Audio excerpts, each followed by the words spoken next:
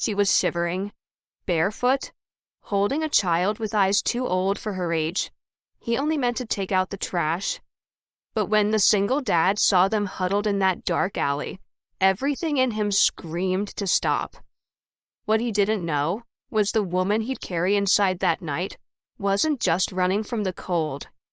She was running from a name, a fortune, and a life no one dared to believe. Until kindness changed everything. If you believe in second chances and quiet miracles, and in the kind of love that heals, you're in the right place. Hit subscribe and stay with us, because this story will find the part of your heart you thought was long forgotten. The snow had been falling for hours. Thick, relentless, and silent, it blanketed the small Colorado town with an eerie stillness. Main Street, usually scattered with the warm glow of diners and the soft hum of midnight traffic, now sat deserted under a hush that felt like the world was holding its breath. Cassian Blake guided his old Ford pickup through the narrow side road, the windshield wipers struggling to keep up. His 11-year-old son, Zev, lay curled up in the passenger seat under an old quilt, the boy's breath fogging the glass in soft bursts. Cassian's fingers tightened on the steering wheel. Another double shift at the garage. Another night missing what life used to feel like. He didn't expect to feel anything anymore. Not since Anna died. Not since hope had become something he reserved for his son and left none for himself. The truck turned onto Birch Lane, a shortcut he'd taken 1,000 times. But tonight, something was different. A shape. No, a figure, slumped against the wall of a narrow alley half buried in snow and shadows. Cassian squinted. It wasn't moving. Was that a veil? He hit the brakes. Hard. The truck skidded, tires hissing against ice. Zev jolted awake. Dad Cassian was already opening the door. Stay in the truck, he ordered, grabbing the flashlight from the glove box and stepping out into the biting cold. The beam of light cut through the snowflakes, revealing a scene that looked like it had fallen from a different world. A woman, young, pale, in a tattered wedding dress, was crumpled against the brick wall. In her arms, wrapped tightly in the shredded remains of a white shawl, was a little girl, no older than 5. The child's lips were blue, her eyes fluttering but unfocused. The woman looked up at him, her lips parted, cracked and raw from the cold. "Please." She whispered the words, barely audible over the wind. "Please. Save her." Cassian didn't think. He dropped to his knees, shoving off his jacket and wrapping it around the girl. He pressed his fingers to her neck. Still a pulse. Weak. But there. He looked at the woman again. Her eyes were glazed, but her arms never loosened. She had clung to that child with everything she had left. "Can you walk?" he asked. She shook her head slowly. Not defiance, just truth. Cassian slipped his arms under her, and the girl lifting both into his chest. The woman let out a small, surprised gasp, as though the warmth of another person was foreign to her. The flashlight dropped into the snow behind him as he ran his boots crunching through the drifts back to the truck. Zev jumped out and held the door open, his wide eyes darting between his father and the ghostly figure in his arms. Blankets, seat warmers. Now Cassian barked. Zev moved fast, spreading what little they had across the back seat. Cassian eased the two down carefully, then slammed the door shut against the howling wind. For a moment the truck was still. Just breath shallow, staggered, and the faint whimper of a little girl who had not spoken a word. Cassian turned the heat up full blast, and took the wheel with trembling hands. "Dad?" "Who is she?" Zev asked softly. Cassian didn't answer. He didn't know. They reached home 15 minutes later, a 1-story cedar cabin at the edge of town. Cassian carried both mother and daughter inside without a word. Zev unlocked the door, flicked on the lights, and ran ahead to grab extra blankets. The woman's name came hours later, after she'd warmed by the fire and her fingers stopped trembling. Eloan, she said, her voice little more than a breath. And your daughter Cassian asked, kneeling beside the couch. Selene. She hesitated, then looked up at him, as if deciding whether he was the kind of man she could trust. She hasn't spoken in days. She hasn't eaten in 2. Cassian swallowed the lump rising in his throat. She's safe now, he said. You both are.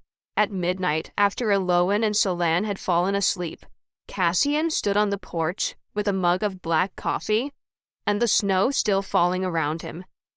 Zev joined him wrapped in a hoodie too thin for the weather. You okay, Dad? Cassian didn't answer right away.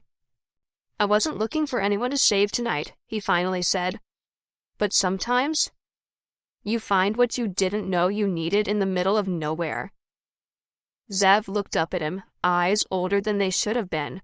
She looked like an angel. Cassian stared at the snow-covered trees. No, he thought. She looked like someone who had been through hell, and kept her child alive anyway. And tucked deep inside the folds of Eloan's dress, still damp from snow, there was a letter. A letter she hadn't let go of even as her fingers went numb. A letter that would in time change everything.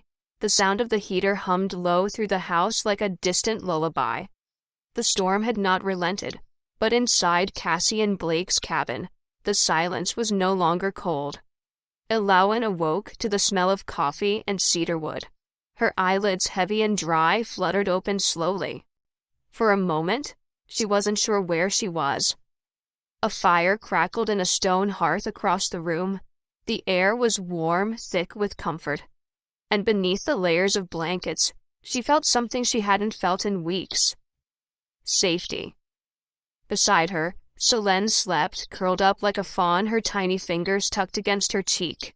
Her breathing was shallow but steady.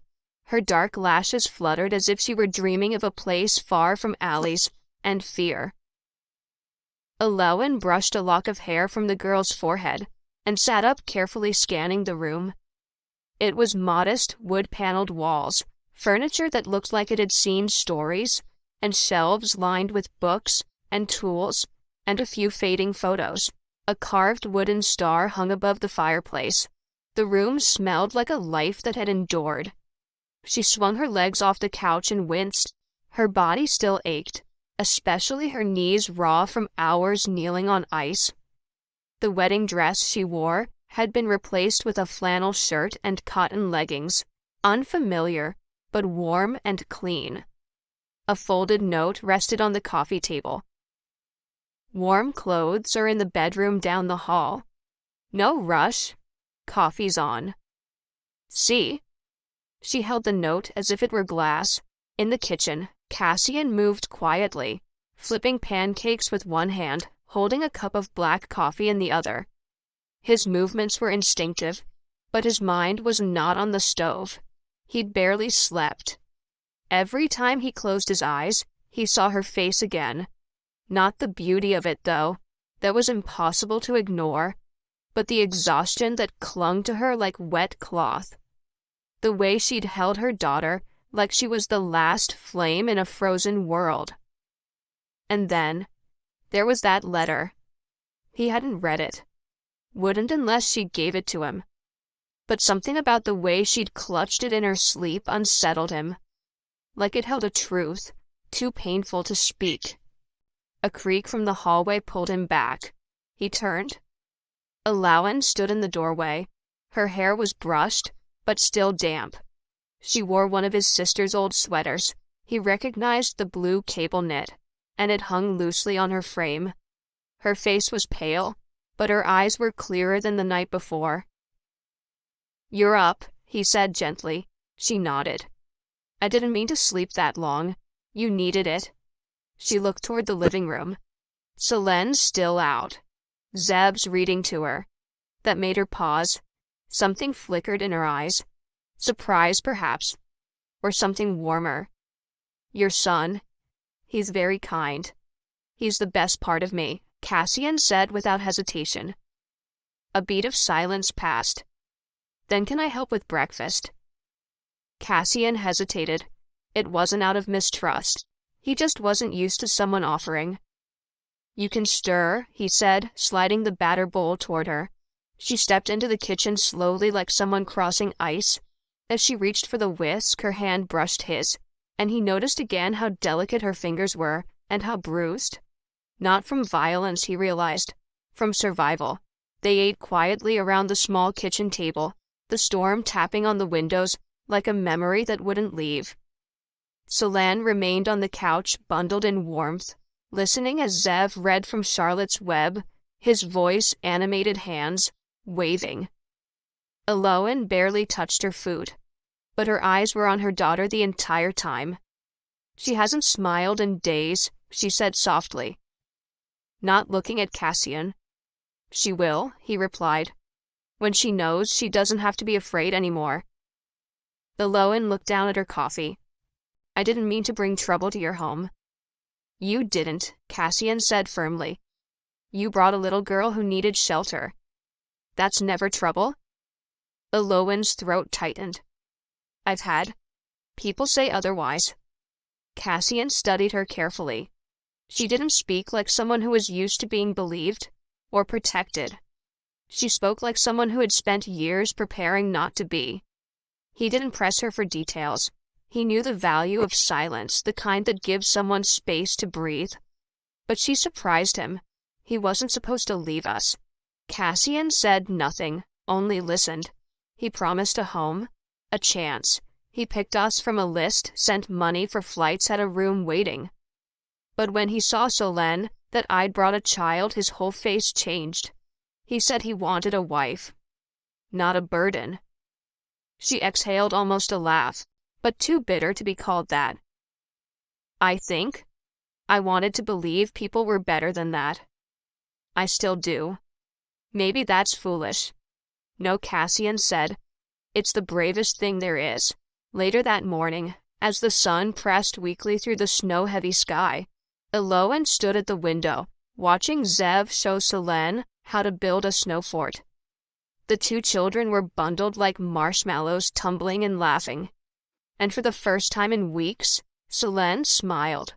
It wasn't wide, not the kind that splits a child's face open with joy, but it was real, soft, safe. Eloane pressed her hand to the glass. Behind her, Cassian watched silently. You don't owe me anything, he said. You don't have to stay. But if you want a place to breathe for a while, you have it. She turned. Her eyes, though tired, held something like the start of trust. Breathing sounds nice, she said quietly. That night, as the fire burned low, and Zev curled up on the couch with Solange fast asleep beside him, Cassian stood by the front door, staring at the letter Eloane had left on the small hallway table. He didn't open it. He just ran a hand over the envelope, feeling the faint ridges of handwriting through the paper. There was something inside this house now that hadn't been there in years. Not just guests. Possibility. The days that followed moved with a kind of quiet rhythm, like breath, finding its regular pace again after a panic. The snow outside the cabin melted slowly under a weak January sun, but inside the house warmed faster. Not from the heater alone, but from movement, from laughter, from the small, ordinary rituals that slowly stitch people together. On the third morning, Eloane made breakfast. Cassian had gone outside to shovel the walk, and when he returned, the smell of cinnamon and browned butter greeted him at the door. For a moment, he just stood on the threshold, watching through the small kitchen window. Eloane's hair was pulled into a loose braid. She wore one of his sister's aprons tied clumsily at the waist and was gently flipping pancakes with a focus that made it look like a sacred act. Beside her, Zev sliced bananas with careful precision, occasionally sneaking one into his mouth. Solange sat at the table coloring with broken crayons, her little legs swinging under the chair. Cassian exhaled slowly. The air inside the house smelled like breakfast and something else. Something close to hope. You're up early, he said, as he stepped inside, stamping snow from his boots. We made a deal, Zev said proudly. She cooks. I prep Solange on coloring duty. Alawan looked sheepish. I hope you don't mind. It just felt good to do something useful. Cassian set his gloves down and smiled. You being here is useful. Her eyes met his just briefly, and there was something there. A flicker. A softness. She looked away first. They ate around the same small table that had once felt too big for just two people. Now, it didn't feel big enough. Selene spoke her first full sentence that morning. More, please, she said softly, holding out her empty plate. The room went still. Alawan froze, her eyes wide. Zev dropped his fork. Cassian smiled gently. More coming right up, kiddo. Alawan's eyes filled with tears, but she blinked them away quickly and reached for the syrup instead. Later that afternoon, Zev and Selene played in the living room, while Elowen sat on the floor, folding scraps of paper into stars. She'd found an old art box in the storage closet, and now worked quietly by the fireplace, her hands moving with practiced ease. Cassian watched her from the armchair holding a mug of coffee that had long gone cold. You've done that before, he said. The stars? You fold them like you've been doing it forever. Alawan smiled faintly. When I was a girl, my grandmother used to tell me that every wish needs a home. So we folded stars and whispered into them. She held one up. This one's for Selene. I wished she'd sleep without nightmares. Cassian nodded. What about that one? He asked, pointing to a blue one in her hand. She looked down at it, turning it over in her fingers. This one is for the first place we were safe. He didn't say anything, but his chest tightened in a way he hadn't expected. She added the star to a small bowl on the mantel already half full. As evening approached, the four of them sat around the fireplace. Zev read aloud from a book about constellations. Selene nestled against Alowan's side, drifting. Cassian closed his eyes for a moment. The sound of Zev's voice, the pop of the fire. Alowan's quiet breathing, it filled a space that had gone hollow in him for too long. It had been years since the house felt alive after dark. Later, as he cleaned up the kitchen, Alowan came in holding 2 cups of tea. I think she's finally asleep, she said softly, handing him one. Thanks. He took it, careful not to touch her hand, though the space between their fingers felt electric. They stood for a moment just sipping in silence. Then she spoke. This isn't lost on me. What you've done, letting us stay, giving her warmth, giving me space to breathe. You didn't ask for charity, he said, but I received it. Cassian shook his head. No, you received a kindness. That's different. She looked at him, then truly looked, and he saw the way her eyes glistened, not with tears, but with something else. Something lighter. Something like possibility. I hope one day I can repay it, she whispered. Cassian took a sip of tea and said, You already are. That night, as the fire burned low, and the stars outside blinked faintly through the cold sky, Cassian found something on the kitchen table. A folded blue paper star. On one point, in careful handwriting, was a single word, Cassian. He picked it up, holding it to the light. A star with his name on it. His fingers closed around it slowly. He didn't know what Alowan had whispered into it. But whatever it was, it had already found a home. It started with a glance. The kind that lingers half a beat too long. The kind that says more than words ever could. And not in kindness. Alowan first noticed it when she walked Selene to the edge of the drive where the school bus stopped. A pickup slowed as it passed. The driver, a gray-haired man in a hunting vest, looked at her through the window with narrowed eyes. Not recognition, not curiosity. Judgment. She clutched Selene's mittened hand a little tighter. The next morning, the mail arrived late, left, not in the usual box at the end of the drive, but halfway buried in snow just off the side of the road. Cassian found it, his jaw tight. Probably just careless, he muttered. But Alawan heard the edge in his voice. She said nothing. But her hands trembled when she poured the tea that evening. By the end of the week, the whispers had taken shape. At the local grocery store, two women near the bread aisle paused mid-conversation as Alawan walked by with Zev and Selene. "She's the one of them muttered, not softly enough. "Mail order bride, from God knows where. I heard she doesn't even have papers," the other added. And living with a man like that, with a child, Alawan didn't look at them. She didn't need to. She'd heard that tone before, in border crossings, in waiting rooms, in the eyes of people who measured worth in accents and appearances. Selene sensed it too. She clutched her mother's hand tighter and buried her face against Alawan's side. When they got home, Alawan went straight to the bedroom and shut the door. Cassian knocked once before entering. She was sitting on the edge of the bed, untying her boots, slowly, methodically. Her movements were precise, like someone trying to control the only thing they could. "I shouldn't have gone," she said flatly. "You needed groceries. I didn't need the looks." He sat beside her, careful to keep just enough space. "I can talk to them." "No. Don't."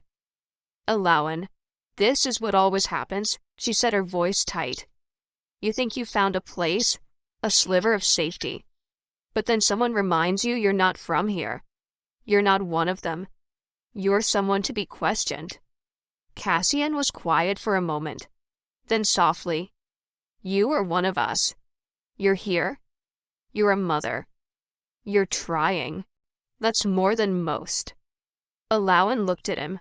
Her eyes were filled not with tears, but exhaustion, the kind that had nothing to do with sleep. "You don't understand what it's like to be watched like that." "No," Cassian admitted, "but I know what it's like to be talked about. After my wife died, people said I wouldn't make it raising Zev alone, that I was too broken, that I'd fail." He paused. "And maybe I did. For a while. But I didn't give up. And neither will you." That night, Cassian sat outside on the porch, a blanket around his shoulders, and a coffee growing cold in his hands. Zev had gone to bed early after sensing the heaviness in the house. Even Selene had curled up quietly next to her mother, without a word. The stars overhead blinked like slow winks from the past. Behind him the door creaked open. Alawan stepped out, wrapped in one of the thick wool blankets he kept in the cedar chest. "You'll freeze," she said softly. "I've survived colder things," he replied with a faint smile. She sat beside him. For a long time they didn't speak. Then Selene asked me if we have to leave. Cassian turned to her. "What did you say?" I told her I didn't know. He looked down at his hands. "I hope you stay." Alawan's voice was quiet, almost tentative. "Even if people keep talking, they've talked before. About me, about Zev. They'll get bored. And if they don't," he looked at her, really looked. And for the first time, she didn't look away. "Then let them talk." A week later, Cassian took the kids to the town's winter book fair at the library. Alawan stayed behind, not out of fear, she told herself, but to give them space. Still, her hands fidgeted all morning. She cleaned the kitchen twice, rearranged the bookshelves, started folding more paper stars. When the door opened and laughter spilled in, she rushed to meet them. Selene was beaming.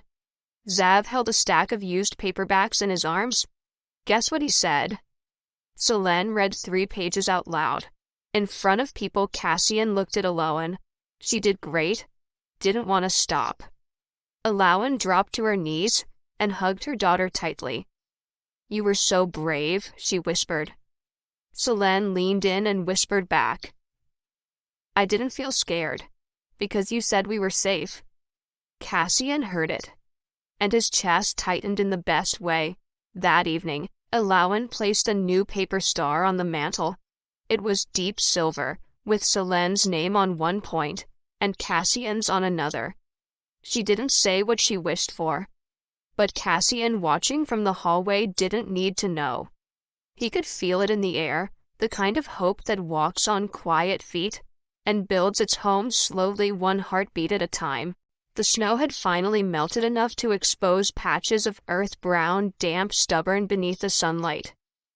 Cassian stood at the side of the cabin, coaxing life out of the neglected vegetable garden. Zev had already claimed a corner to plant beans, and Selene was collecting smooth stones for decoration. She moved with the focused joy of a child who believed small things mattered. Inside the cabin, Elowen was folding laundry, her hands moving rhythmically carefully. She'd grown used to the smell of pine soap and wood smoke, the way the floor creaked in the hallway, the soft clicking sound the heater made before kicking in. It had begun to feel like home, and that scared her more than she could admit, because home in her experience was never something you got to keep. Zev bounded inside, cheeks pink from wind arms, full of muddy towels from their morning cleanup. He dropped them in a heap on the living room chair and dashed toward the bookshelf to show Selene a field guide on birds. As he passed the hallway table, he clipped its corner with his elbow. A single envelope fluttered to the floor. He didn't notice, but Elowen did. She was in the kitchen halfway through folding a faded sweatshirt when she heard the whisper of paper on hardwood. And she froze. The letter. She hadn't moved it since the night she came in from the cold. It had become both ghost and guardian, always near, never spoken of. Now it lay exposed. She rushed forward and dropped to her knees, snatching it from the floor with trembling fingers. Cassian was standing in the doorway. Their eyes met. She didn't hide it fast enough. Cassian didn't say anything at first. He didn't push. He never had. But something in his face changed, not with suspicion, but quiet realization. "You've been holding on to that since the night I found you," he said softly. Elowen nodded, her fingers tightening around the envelope. "Is it?" "Something I should know." Her throat was dry. "It's not dangerous, if that's what you mean." He took a few steps forward, slow, careful. "I wasn't worried about danger," he said. "I was worried it might be a burden." She let out a breath, part laugh, part ache. "It's both." Cassian nodded once. "If you ever want to tell me, I'll listen." He didn't ask again, didn't reach for it, just gave her space. And maybe that's why something inside her shifted. That night, Elowen stood at the kitchen counter after dinner, drying dishes, while Selene and Zev played with flashlights in the living room, making shadows dance on the walls. Cassian leaned against the doorway, arms folded, watching the children with the faintest smile. Elowen turned to him. "Do you ever miss before?" she asked. He blinked. "Before what?" "Before it all changed." He nodded, his gaze drifting to the old family photo on the wall. Anna's smile, his late wife, still looked like summer. "Sometimes," he said, "but not the way I thought I would." She dried her hands and faced him fully. "There are things about me I haven't said. Things I didn't think I'd ever tell anyone." He didn't move. "You don't owe me anything." "No," she said, a little breathless. "But I want to tell you." She stepped closer, reaching into the sweater she wore, the one with the inside pocket. The envelope appeared in her hand, like something conjured from a different life. She held it out flat in her palm. Cassian didn't take it. "I'll only read it if you ask me to."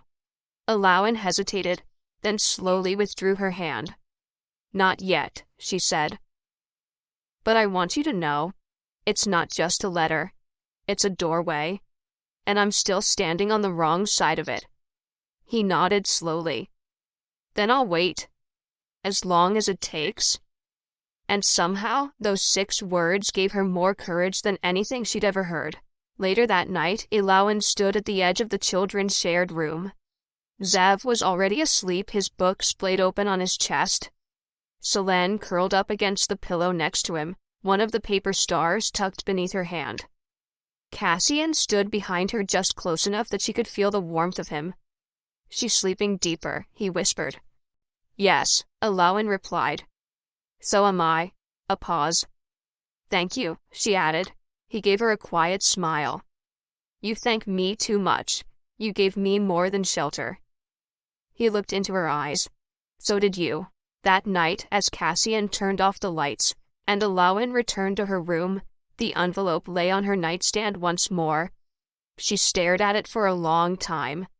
She could still hear her father's voice in her mind, the one that echoed from penthouses and boardrooms and legacy. "You were born with a crown. You don't get to throw it away." But what if she didn't want the crown?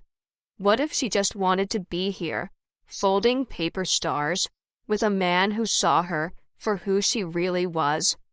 Alowan picked up the letter, pressed it to her chest, and closed her eyes. Not yet. But soon. It happened on a Thursday morning 2 weeks after the snow began to thaw, when the air smelled faintly of mud and thawed pine. Cassian was at McClendon's hardware store, picking up parts for a busted heating unit. Zev and Selene were in the truck with hot cocoa, arguing playfully about whether hawks or eagles were cooler. The air inside the store was warm, cluttered with the scent of oil lumber and salt pellets left over from winter. Cassian was checking out when he heard it. "Just saying man's gotta be out of his mind, taking in some foreign woman with a kid that ain't his." The voice came from behind the shelf of nails and hinges, low, gruff, careless. "Can't be legal. She doesn't even speak right. Bet she's hiding something." Cassian froze. His hand tightened around the receipt. Another voice chimed in. "He's got a kid. Ain't right bringing someone like her into that house. Pretty face or not." Cassian set the receipt down slowly. He didn't remember moving toward the aisle, only the heat rising in his chest. But when he turned the corner, he saw them 2 men in flannel mid-50s, one of them stirring coffee with a paint stick like it belonged in a bar instead of a hardware store. They looked up. Silence. Cassian stepped closer, his boots firm against the floor. "I don't know what you think you know," he said, voice low and clear, "but that woman has more courage than either of you." The man with the coffee blinked. "Easy now, Cass. Just talking." "No," Cassian said. "You were judging. You were gossiping. About someone who never asked for your opinion, your permission, or your ignorance." The second man straightened. "You really gonna raise your kid with a woman who walked into town with nothing but secrets? I'd rather raise him around someone who fought to protect her child than people who sit in stores and tear down strangers for sport." Neither man replied. They didn't have to. Their silence was retreat. Cassian walked out back straighter than it had been in years. When he got home, the kids were napping in the living room, curled up in a pile of pillows and picture books. The light from the windows pooled on the floor like melted gold. Alowan stood at the sink, drying dishes. She turned as he entered. "You're late," she said, then paused at the look on his face. "Everything okay?" Cassian leaned against the counter. "I need to tell you something, and I need you to hear all of it." She dried her hands slowly and nodded. "I went to McClendon's this morning, heard 2 guys talking about you. About us." He watched her face, her lips pressed into a thin line, her eyes dimmed, though she didn't look away. "I know what they think," she said quietly. "They've been thinking it since the day you brought me home." "I don't care what they think," Cassian said. She blinked. "Then why tell me? Because I care what you think. And I want you to know what I said." Alowan stayed, still waiting. "I told them you were brave. I told them you didn't need their permission to exist. And I told them I'd rather raise my son around a woman like you than anyone who spends their time tearing others down." Her hand covered her mouth, but it wasn't to hide a sob. It was to catch the breath that had escaped her too fast. "I didn't want to cause you more trouble," she whispered. Cassian stepped forward. You didn't? You don't have to defend me. He shook his head. I wasn't defending you. She frowned. I was claiming you. Her breath caught again. Slower this time. Deeper. As if something in her chest had just opened. That evening, Alawan asked to make dinner. They ate spaghetti and garlic bread at the small kitchen table, the kids slurping noodles and sneaking bites from each other's plates. It was loud. Unpolished. Wonderful. Later, as the children built a blanket fort in the living room, Cassian poured tea and joined Elowen on the porch. You didn't have to speak up, she said, holding the mug between her hands. But you did. And not because you had to, because you wanted to. I told you, he said, I choose this. You don't even know all of it yet, she said, her voice trembling. You don't know what I left behind. He leaned in slightly. I know who you've become since. The silence that followed wasn't heavy. It was sacred. Before they went back inside, Elowen looked up at him. Cassian. He turned. If we stay, if we keep staying, it can't just be your protection we live under. I don't want you to live under anything, he replied. I want you to live beside me. And in that moment, under the porch light, something changed. Not with a kiss, not with a touch, but with the certainty in his voice. He meant it. He wasn't sheltering her. He was choosing her. Inside, Zev yelled, The fort is ready. It's epic. Selene popped her head out with a flashlight and a smile full of teeth. Mama, come see Elowen laughed freely this time and ran to join them. Cassian watched her disappear under a pile of blankets and pillows and stars, and he realized something. She wasn't hiding anymore. She was finally home. The next morning, Alawan found Cassian splitting firewood behind the cabin. The air was crisp, the sky pewter gray, and smoke curled gently from the chimney, like a sigh from the house. Cassian worked in clean, practiced motions. Lift, split, stack. Every thud of the axe was deliberate, rhythmic, measured.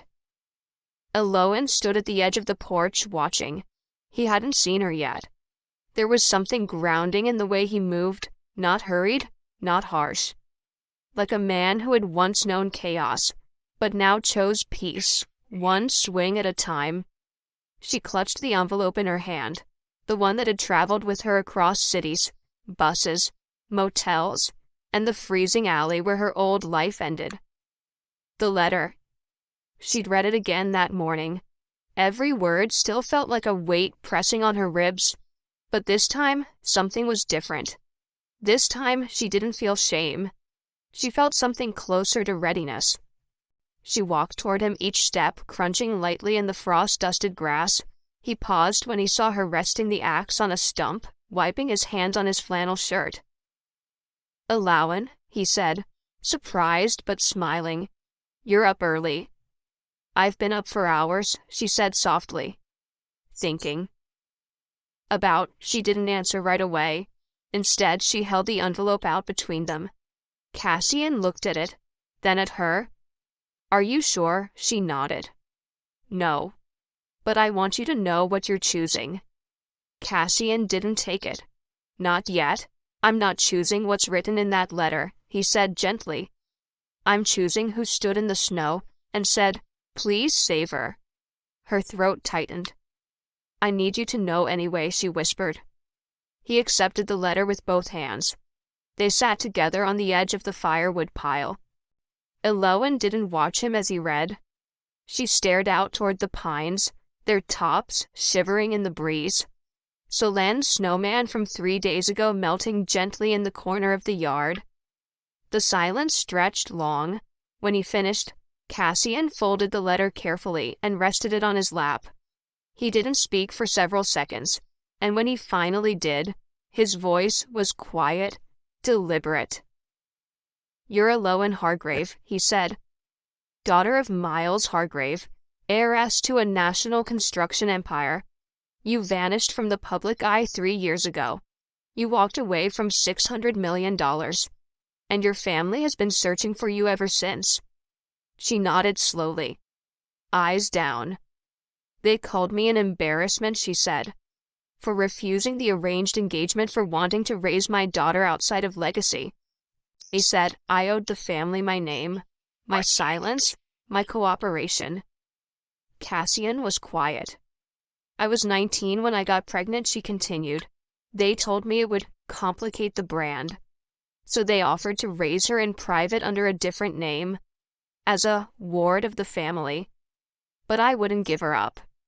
So they tried something else to bury me quietly with money and shame. She looked at him then.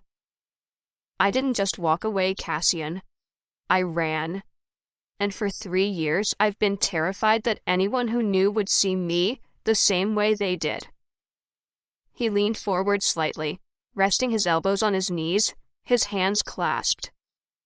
Elowen, he said, do you know what I see when I look at you? She shook her head. I see the woman who stayed awake 4 nights straight in a shelter so her daughter could sleep safely. I see someone who can make a broken house feel like home. I see someone who didn't just survive, she protected joy in the middle of ruin. She let out a breath, shaky like she'd been holding it for years. I was afraid the truth would erase everything we'd built. It didn't, he said. It expanded it. That afternoon, Elowen and Selene baked a fresh peach cobbler, while Zev helped Cassian repair a loose shutter on the back porch. The scent of cinnamon and fruit filled the house like a hymn. Elowen moved more freely now, her shoulders no longer curved in defense. Selene smiled more too, not just at Zev, but at strangers when they passed on the sidewalk. Something in both of them had been reclaimed. That evening, as the stars began to wink into the sky, Cassian sat by the fireplace, working on an old guitar he'd pulled from the closet. You play? Elowen asked, carrying 2 mugs of tea into the living room. Used to, he said, testing the tuning pegs. Haven't in a while. What changed? He smiled softly. Maybe the house just needed more music again. They sat in companionable quiet, sipping tea, listening to the children giggle from the hallway. Cassian looked over at her. I don't care what your name is, he said. Or what your father built. What do you care about? She asked, almost teasing. I care that when Zev had a nightmare last night, it was your voice that calmed him. I care that Selene made Zev a star with his name on it. I care that this house, this life, started breathing again when you walked through the door. Elowen didn't answer. She only leaned in and rested her head on his shoulder. And for the first time since she'd left her old life behind, she no longer felt like she was disappearing. She felt seen. The morning of the town's snowfall gathering arrived with a soft hush, as if the world had paused to exhale. It was tradition in the town of Birch Hollow, a modest winter festival held after the first true thaw, before the spring rains came in earnest.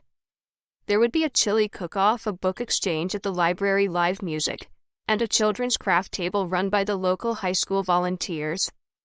Elowen had heard about it from Zev and Selene, who were breathless with anticipation. Zev had been counting down for a week.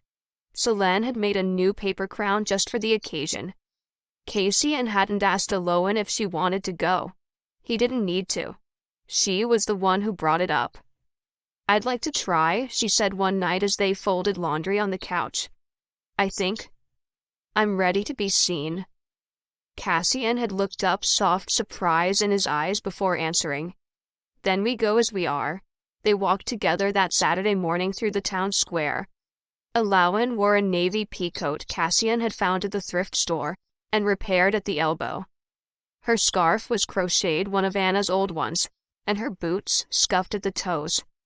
She looked more radiant than she ever had and sat in her silk.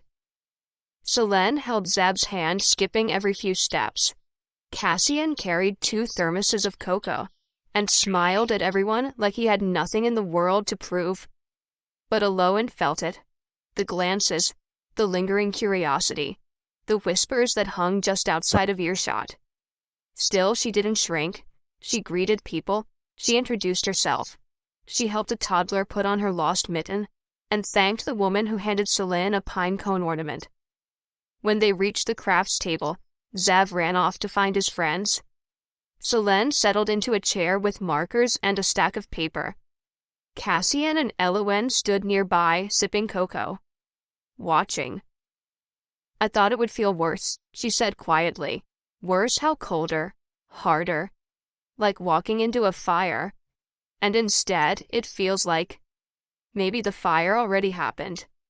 And this is just the warmth that's left. A few minutes later, Mayor Hutchinson, a sturdy man with thinning hair and a kind face, stepped up to the small stage near the gazebo. His voice crackled through the old speakers. All right, folks, he said, we're lucky this year to have something a little different. A surprise performance from one of our newer neighbors. Someone who's quietly made a big difference in a short time. Elowen's brow furrowed. Mayor Hutchinson looked toward Cassian and winked. Cassian turned to her with the gentlest smile. I may have signed you up. What, just one song? I thought it might help people see what I already do. Elowen's throat closed. Cassian. Only if you want to, he added quickly. But I think they need to hear more than your name. They need to hear your heart. She looked toward the stage. A small wooden platform, a mic stand, a borrowed keyboard. Her hands trembled. Then she looked at Selene, who had stopped coloring, and now watched her with eyes full of shining, silent faith. Elowen stepped forward. The square fell quiet as she took the stage. Not awkward silence, not suspicion. Curiosity. Cassian stood at the front, Selene in his arms, Zev beside him. It was the first time Elowen had ever stood in public without a title, without a press release, without her father's legacy wrapped around her neck like a chain. She sat at the keyboard, adjusted the mic, and spoke. My name is Elowen. Some of you know me as the woman who arrived out of nowhere, the one who didn't belong. A rustle of discomfort passed through the crowd. She continued steady. Honest. But I do belong. Not because of where I came from or who my family is, but because I'm a mother, a neighbor, a person who, like all of you, just wants a place to call home. She looked down at the keys, then began to play. It was a lullaby, soft, lilting, not technically perfect, but real, human. Her voice floated into the air, low, aching, full of something you couldn't bottle or sell. It was belonging turned into music. People listened, and then they clapped, not just politely. They stood. When Elowen stepped down from the stage, Cassian met her with tears in his eyes. You didn't tell me you could do that, he said. I didn't know I still could. Zev grinned up at her. You were better than Beyoncé. Elowen laughed fully loudly, and for the first time in a long time, she didn't feel like she was waiting to be asked to leave. She felt invited to stay. That evening they walked home under soft flakes of snow. Selene fell asleep on Cassian's shoulders. Zev hummed the lullaby Elowen had sung. The town behind them glowed with porch lights and warmth. At the porch steps, Cassian stopped. You were brave today, he said. So were you, Elowen whispered. He reached into his pocket and pulled out a small white paper star. She took it, unfolded it. One word inside, stay. She looked up at him. I plan to. It began with a knock. Not the hurried rap of a delivery man, not the friendly thump of Zeb's best friend asking to play. This knock was slow, measured, as if each tap came with its own intention. Cassian was in the kitchen fixing Selene's lunchbox when it came. Elowen was folding towels in the hallway. The knock stilled them both like a bell tolling across still water. Cassian wiped his hands on a dish towel and walked to the door, opened it halfway. A man stood on the porch, late 50s, trim gray beard, black wool coat, leather gloves, the kind of man who always looked like he'd just left a boardroom even standing in snow. He removed his hat. Cassian's eyes narrowed. That's me. The man nodded, his expression professional but not unkind. My name is Thomas Wexley. I'm the legal counsel for Hargrave Holdings. I believe Ms. Allowan is residing here. Behind him, Allowan's footsteps fell silent. Cassian didn't turn. That depends on who's asking, and why. I'm not here to drag her back, Wexley said, voice low. No lawyers, no court orders. Just a letter from her father, and a request to speak if she'll allow it. Cassian stood still a moment longer, then opened the door fully. Allowan, he said over his shoulder gently. She appeared in the hall, a folded towel clutched in her arms like armor. Her face went still the moment she saw Wexley. Thomas, she said softly. He bowed his head. Ms. Hargrave. It's just Allowan now. They sat in the living room. Solan and Zev had been sent to the back porch to make snow paint with colored water and brushes. Cassian stayed nearby, silent but present. Wexley placed the envelope on the coffee table. Allowan, I came to tell you that your father passed 2 weeks ago. Cardiac failure. Quick. He didn't suffer. Allowan didn't react at first. She stared at the fire, her eyes unreadable. He left you a letter, Wexley continued. No pressure to read it, but it's his. She reached for the envelope slowly, held it in her lap. There's more, he added. I figured, she said. You've been reinstated as the primary heir. The board fought it, but the document's airtight. You own 61% of Hargrave Holdings. It's yours if you want it. Cassian watched her from the corner, sensing her shoulders tense, her hands close into fists. Allowan, Wexley said gently, no one's asking you to come back. But you don't have to disappear anymore. You don't have to be invisible to be free. She looked up at him then, and there was steel in her voice. I'm not invisible. I just stopped shouting. Wexley left with a handshake and a nod, his briefcase a little lighter, his coat catching the late afternoon sun. When the door closed, Cassian turned to Allowan. Are you okay? She held the letter tight. I don't know. She didn't open it that day. Not that night either. But the next morning, as the first rays of sunlight touched the windowsill, she sat on the edge of her bed, hands trembling, and unfolded the envelope. The letter was short. 5 sentences, written in her father's tight formal script. Allowan, I built an empire, but you built something I never understood. Something real. If I could go back, I would choose differently. I hope you find the peace I never had. I'm sorry, I made you feel you had to disappear to be seen. Father. She read it twice, then a third time, and then slowly she smiled. That evening, Allowan stood outside with Cassian, watching Solen and Zev race each other across the slushy yard. Are you going back? He asked gently. She shook her head. There's nothing to go back to. But the company doesn't need me. It never did. What it needs is someone who wants that world. I don't. He looked at her carefully. And what do you want? She turned toward him, eyes clear. I want this. I want to wake up and hear Zev laugh in the next room. I want to pack Selene's lunchbox and hang paper stars. I want cold floors and warm socks and grocery lists with someone else's handwriting. Cassian smiled slowly. And your name? She exhaled long and sure. I'm giving it back. The next day, Allowan drove to the post office for the first time on her own since arriving in Birch Hollow. She walked to the counter, envelope in hand.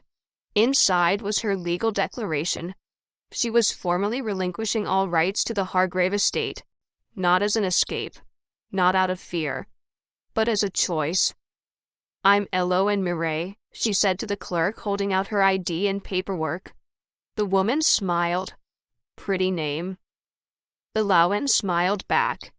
Yes, it is. That night, Cassian found a small box by the fireplace with a note on top. For you, and only you. He opened the box. Inside, folded carefully, was the Hargrave letter, the one from her father, and beneath it the deed of inheritance. He looked up at her across the room. She met his gaze and said simply, "I'd rather build something from scratch than inherit something that never loved me." He crossed the room and kissed her then. Not urgently, not like a question, but like a man who'd been waiting for the answer and finally heard it. The invitation wasn't written. It wasn't spoken. But she felt it from the moment she opened her eyes that morning. Cassian was humming in the kitchen. Selene was whispering secrets to Zev over a bowl of cereal. There was something charged in the air, not tense, not dramatic, but anticipatory, like the moment before a song begins. "Don't plan anything for this evening," Cassian said casually, as Billionaire poured coffee. She raised an eyebrow. "Is that a command?" He leaned against the counter, hands in his pockets, smile tugging at the edge of his mouth. "Call it a strong suggestion." She laughed, and that was enough to let it go. But all day it stirred inside her, that pull, that quiet electricity. The sun dipped low and spilled amber light across the floorboards. The children were playing board games on the rug, their voices bouncing down the hall. Allowing Cassian called softly from the front door, "Come out when you're ready." When she stepped onto the porch, the breath caught in her throat. It had been transformed. Twinkling lights were strung overhead, looped carefully along the roofline and railing.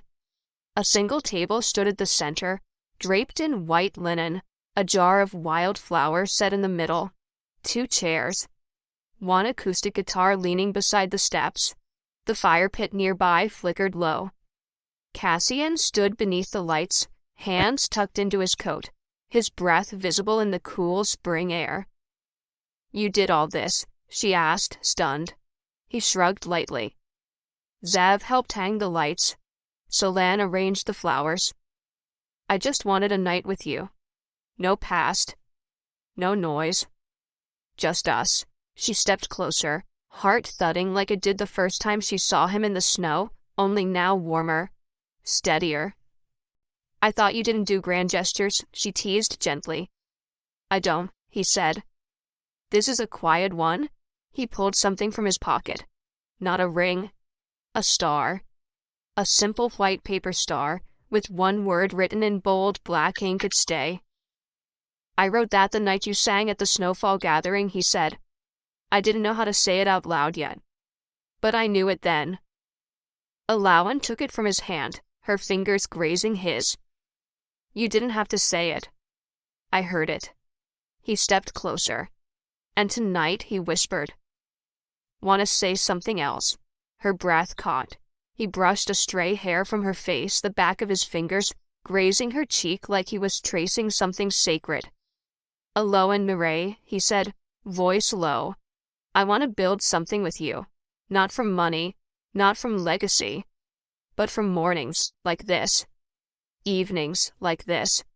You, me, the kids, pancakes, paper stars, laughter echoing down the hallway." She looked up at him, eyes wet. "You don't have to answer tonight," he added, suddenly shy. I wanted you to know what I'm choosing. Out loud, with both feet." She reached up, then slowly, deliberately, and placed her palm flat on his chest, right over his heart. "I already did," she said. And then she kissed him. Not tentative, not uncertain, but full and deep and melting. Her hands slid up into his hair, anchoring herself there. His arms wrapped around her waist with a certainty that sent a low, shivering thrill through her. Their lips moved together in a rhythm that was neither rushed nor restrained. It was tender and heady and reverent. He kissed her like a man who had waited for the right time, not just the right woman. She kissed him like someone who had stopped running. There was nothing hurried about it. And yet it felt inevitable. The lights above flickered slightly in the night breeze. A low moan escaped her throat, quiet, involuntary, and Cassian deepened the kiss, his fingers tightening just slightly at her back, his mouth warm and sure against hers. Their bodies aligned, as if remembering something they hadn't yet known. When they finally parted, their foreheads touched, breath mingling, hearts racing in tandem. Alawan laughed softly, her cheeks flushed. That was more than a quiet gesture. Cassian smiled, his voice husky. Been saving it? Later that night, they sat side by side in the porch chairs, a blanket draped over their legs, fire crackling beside them. Neither needed to speak. The silence between them wasn't empty. It was full. Full of knowing, of trust, of every unspoken promise that didn't need to be signed or sealed. Zev peeked through the window once and whispered, "They're still out there." Selene giggled beside him. "They're probably making more stars." Zev rolled his eyes. Or kissing again. Gross. They ducked away, laughing. Cassian leaned in and kissed Alawan's temple. "I've never been more sure of anything," he said. She rested her head on his shoulder. "Me either." Inside the house, the envelope from her father's estate sat unopened on the hallway shelf. And it would stay that way, because Alawan Mireille had already opened the only letter that mattered. The one written not in ink, but in the hands of a man who chose her, and in the arms of a love she no longer feared. The spring came quietly to Birch Hollow in layers of thaw and bloom. Snowmelt turned to rivulets. Trees budded slowly, like they were still cautious of joy. The air smelled of earth, rain, and promise. Inside the cabin, change arrived in simpler ways. Alawan stood barefoot in the kitchen, pouring pancake batter into a hot skillet. Her hair was loose, a little wild from sleep. She wore one of Cassian's flannel shirts, sleeves rolled, collar open. The sleeves fell just past her wrists. Cassian leaned against the doorway, sipping his coffee. He watched her. He always watched her now, not because he doubted she'd stay, but because there was something sacred in knowing she did. Selene sat at the table drawing suns and stars. Zev hovered beside her, explaining why Jupiter had 79 moons. The boy had a teacher's heart. Outside the window, wild flowers bloomed where snow had once crushed the earth. After breakfast, Cassian called the kids to the porch. Alawan stepped out behind him, wiping her hands on a dish towel. On the small garden table stood a wooden box, a fire-safe container. Alawan recognized it immediately. The envelope, the last one, lay on top. Her father's final letter, the deed, the inheritance documents, everything she'd carried clutched and hidden. Cassian looked at her, asking without speaking. She nodded. "Zev," he said gently, "will you light the fire?" The boy struck the match with steady hands and lowered it into the steel drum beside the garden bed. The flame curled upward, orange and sure. Alawan stepped forward and placed the envelope into the fire. Then the letter. Then the rest. It didn't feel like destruction. It felt like release. She stood there watching as the edges curled and darkened, as words turned to ash and smoke rising like offerings into a wide, merciful sky. Cassian stood beside her. His hand found hers. She didn't look away until the fire died. That afternoon, the town gathered for the annual spring, replanting an old tradition in Birch Hollow, where neighbors brought seedlings, planted side by side, and shared stories over lemonade and homemade pie. Alawan brought wild violets. Cassian brought tomatoes. Selene brought a mason jar filled with sunflower seeds she'd harvested herself from last summer's forgotten flower bed. No one whispered this time. People called her by name. They asked for recipes. They offered hand-me-downs. They asked her to sing again at the library's open mic night. She said yes, because she no longer lived under a shadow of past or fear. She lived here, that night after the children had fallen asleep with dirt under their nails and sun on their cheeks. Aloan walked into the backyard barefoot. Cassian was already out there, sitting in the porch chair, guitar in hand. Not playing, just holding it. Like it belonged there, and so did he. She walked to him without a word, and sat on his lap, curling into his arms as naturally as breath. "You okay?" he asked. She nodded. "More than okay." He kissed her shoulder, then her neck. "Do you ever regret it?" she asked. Not knowing what could have come from the money, he rested his chin on her shoulder. "No," he said. "Because the richest moment I've ever known happened on this porch." She smiled. And then she whispered something only the stars and Cassian would hear. "I'm pregnant." For a beat, the air held still. Even the trees seemed to pause. Then Cassian turned her face to his and kissed her. Long, full, reverent. When he pulled back, his voice was hoarse. "You're not just my miracle," he said. "You're the one that gave me back everything I didn't know I'd lost." Later, Eloin stepped inside to check on the children. Zev was fast asleep, book still open on his chest. Selene had tucked 3 of her paper stars under her pillow. Eloin picked one up. It read, "Family." She smiled through tears. She placed the star back under the pillow and closed the door behind her. Back outside, Cassian was stringing new lights across the porch railing. "What are those for?" she asked, wrapping her arms around his waist from behind. "Every day deserves to look a little like celebration," he said. She rested her head on his back.